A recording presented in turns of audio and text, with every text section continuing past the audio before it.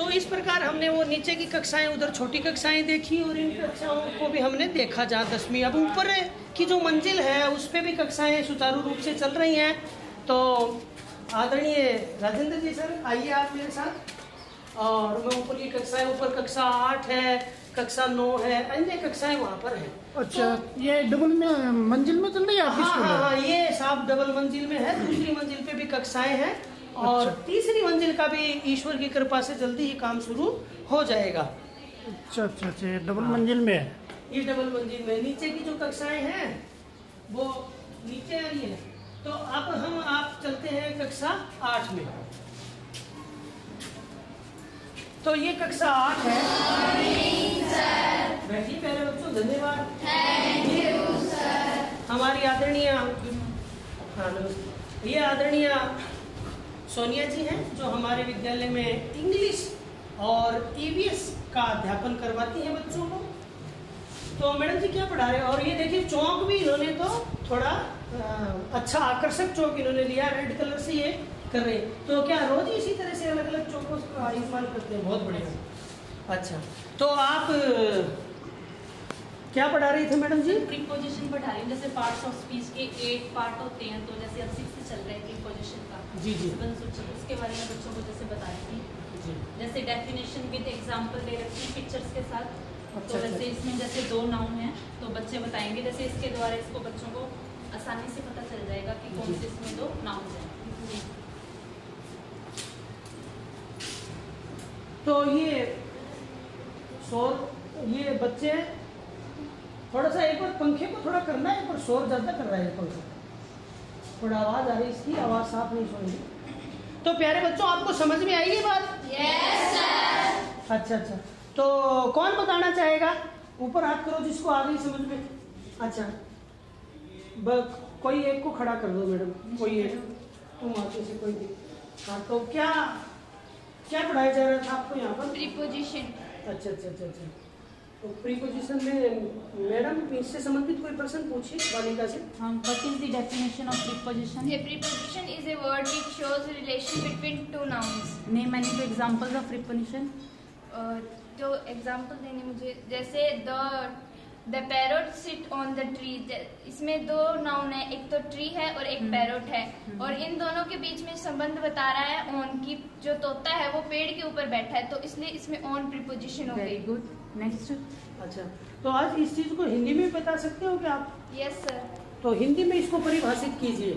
जैसे प्रीपोजिशन जो है इसको हिंदी में की इसको क्या कहेंगे हिंदी में? कैसे? हिंदी में इसको संबंध सूचक कहते हैं। हिंदी में इसकी परिभाषा होती है वह शब्द जो 2 संज्ञा शब्दों के बीच में संबंध को बताते हैं और संबंध सूचक शब्द कहलाते हैं। बहुत अच्छे, बहुत अच्छे, बहुत अच्छे। आप भी बता सकते हैं ये सारी चीजें? आप भी बता सकते हैं? yes, सभी पूछ लो अभी। yes, ओके ओके, धन्यवाद। धन्यवाद मैडम जी आपका, और बहुत अच्छा आप करवा रहे हैं। तो चलता बड़ा सेट पढ़ाता ये तो ओके। तो कक्षा 6 के अब हम अंदर चलेंगे। कक्षा 6 में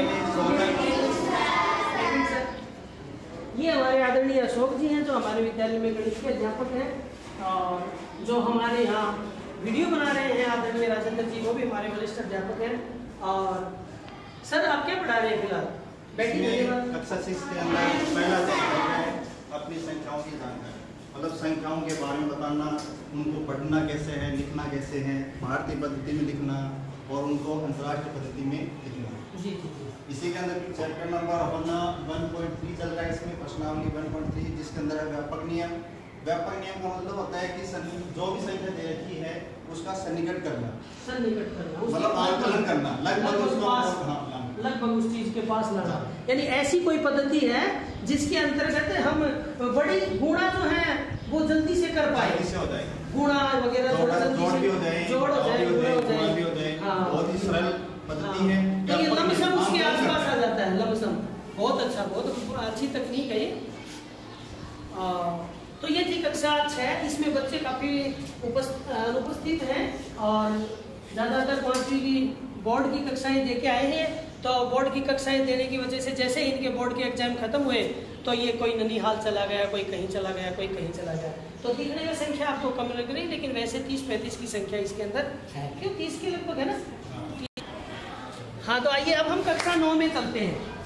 ये कक्षा 9 है और पुनः हम एक बार आदरणीय धर्मवीर जी से मिल रहे हैं। विज्ञान के अध्यापक हैं। अमीबा का चित्र इन्होंने बोर्ड पे बनाया हुआ है और साथ ही पैरामीशियम का भी चित्र इन्होंने बनाया हुआ है। ये भी कक्षा 9 है और ये इस प्रकार की कक्षा है। मैं पुनः बताना चाहूँ कि ये 8वीं का बोर्ड की परीक्षा इन्होंने दी और इसमें भी संख्या काफ़ी है। पर बैठिए, धन्यवाद। पर इसमें भी इन्होंने क्या किया कि 8वीं की बोर्ड देने के बाद कोई ननिहाल चला गया, कोई मौसी के चला गया, कोई कहीं चला गया और कुछ बच्चे तो हैं हैदराबाद तक चले गए हैं। उनकी बिजनेस है, 3-4-5 भाई बहन करके वो हैदराबाद चले। तो संख्या इसके अंदर जो है थोड़ी कम है फिलहाल। वैसे संख्या ज़्यादा है वर्तमान में कम है, लेकिन वैसे संख्या ज़्यादा है। वैसे संख्या बहुत। तो आप क्या पढ़ाया जा रहा है आपको? अमीबा के बारे में पढ़ाया जा रहा है।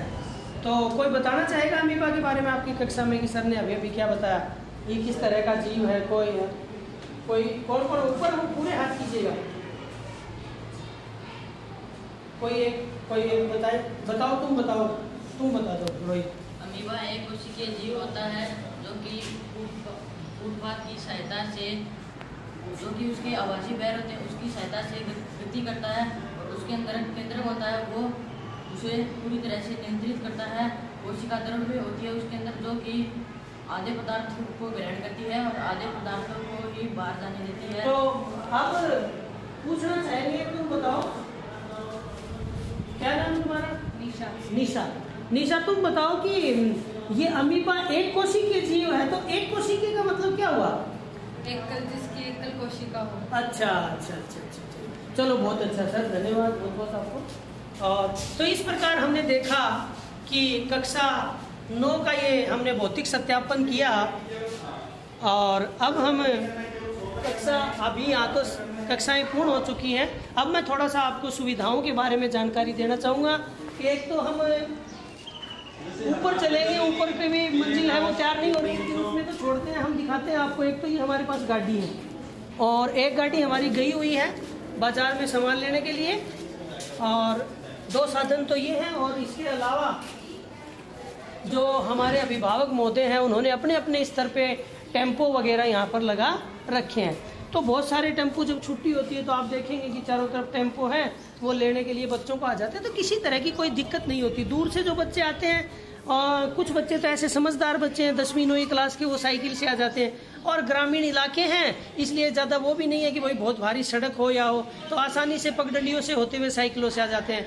और कुछ बच्चे पैदल भी यात्रा करते हैं अपनी, और ज़्यादा दूर हैं वो हमारे बस से, और हमारी जो गाड़ी है मैक्स गाड़ी है, उस मैक्स गाड़ी के माध्यम से यहाँ आ जाते हैं।